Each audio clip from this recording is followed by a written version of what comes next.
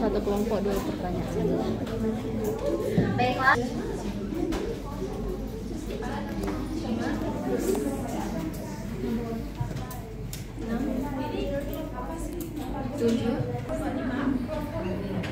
Yaitu ada kan yang namanya cerebusum yang menyampaikan semua informasi antara bagian otak dan saraf pada tulang-tulang.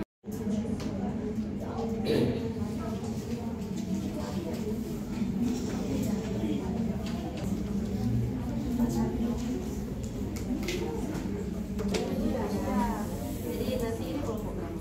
Kelompok 3. Ini kelompok 3 nanti kalau misalnya menjawab jangan hanya satu orang. Biasanya jadi ketika misalnya misalnya dari yang lain berusaha untuk menenangkan, jadi bukan hanya nilai saja. Jadi nilai kelompok itu tapi partisipasi kalian mungkin tidak bisa mendapatkan. Sudah siap semua jawabannya? Sudah siap? Oke, moderator.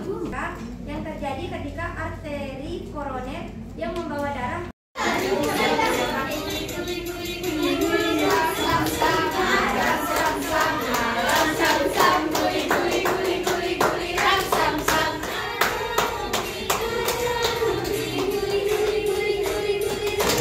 Tentang kardiovaskuler. Karena pada saat kehamilan itu pasti akan terjadi namanya banyak perubahan. Fungsi dari jantung sendiri sebelum kita ke ibu hamil kita akan membahas tentang fungsi jantung dan peredaran darah manusia.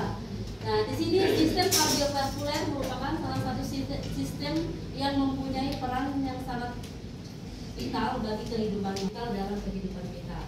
Di sini fungsi jantung dan peredaran darah manusia. Fungsi utama jantung yaitu apa? Sistem transport dan distribusi di dalam darah yang fungsi darah. Mungkin di SMA pernah belajar tentang darah.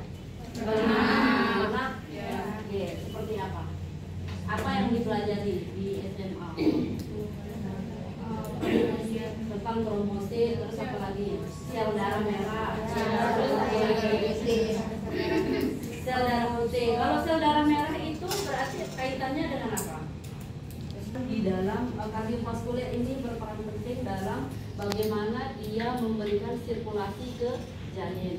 Salah satu ya di sini fungsi plasenta, menyediakan makanan untuk janin yang diambil dari darah ibu, menyediakan makanan janin sendiri. Makanya kebutuhan darah dari ibu hamil itu akan meningkat ya, meningkat 2 kali lipat bahkan 3 kali lipat karena untuk kebutuhan janin dan ibunya sendiri.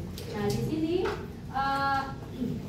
bekerja pertama kali darah berkontraksi darah ya. Saat pertama kali tekanan dari sistem itu tekanan berkontraksi.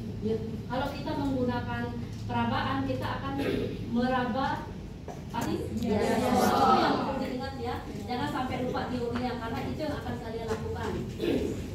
Kemudian di sini tekanan darah sistol dan diastol dapat diukur dengan alat yang disebut dengan tensimeter ya, atau sphygmomanometer. Pada orang dewasa biasanya kalau sistolnya itu berkisar antara 120 ya sampai dengan 130. Tapi kita nggak melihat usianya. Tapi pada saat kita melakukan tensimeter itu berkisar antara 120 sampai 120 per 80. Berarti kalau 120 itu berarti apanya yang kita temukan? Sistol. Kalau 80-nya? Ingat ya, diingat-ingat yang pesannya ibu. Ketika Anda melakukan tensimeter, bunyi pertama kali yang Anda dengarkan atau denyutan pertama kali yang Anda rasakan pada saat Anda memompa darah menggunakan tensimeter itu disebut dengan sistol.